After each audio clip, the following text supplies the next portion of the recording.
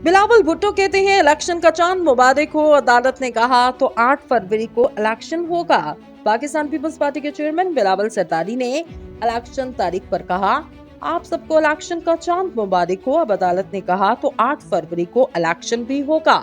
कराची में बिलावल भुट्टो सरदारी ने फलाही तंजीम के तहत चलने वाले मुख्तलिफ इदारों का दौरा किया। बादशाह मीडिया से गुफ्तगू में कहा कि कोरोना के दौरान जफर अब्बास ने हमारे साथ अच्छा काम किया और माशी बहरान के दौरान लोगों को सहूलत फराहम की। हुकूमत अगर फलाही इदारों के साथ मिलकर काम करे तो ज्यादा फायदा होगा।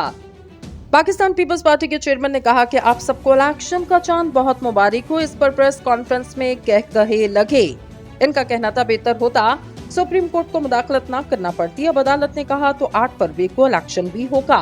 बिलावल का कहना था माजी में भी कभी पाकिस्तान पीपल्स पार्टी को इंतखाबात में लेवल प्लेइंग फील्ड नहीं मिली, इसलिए उम्मीद नहीं रखते, मगर इसके बावजूद भी हम कामयाब हुए और इस बार भी पाकिस्तान पीपल्स पार्टी इंतखाबात में कामयाबी जरूर हासिल करेगी।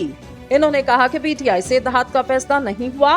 पीटीआई समेत सब सियासी जमातों को मिसाक जमहूरियत में शामिल होना चाहिए।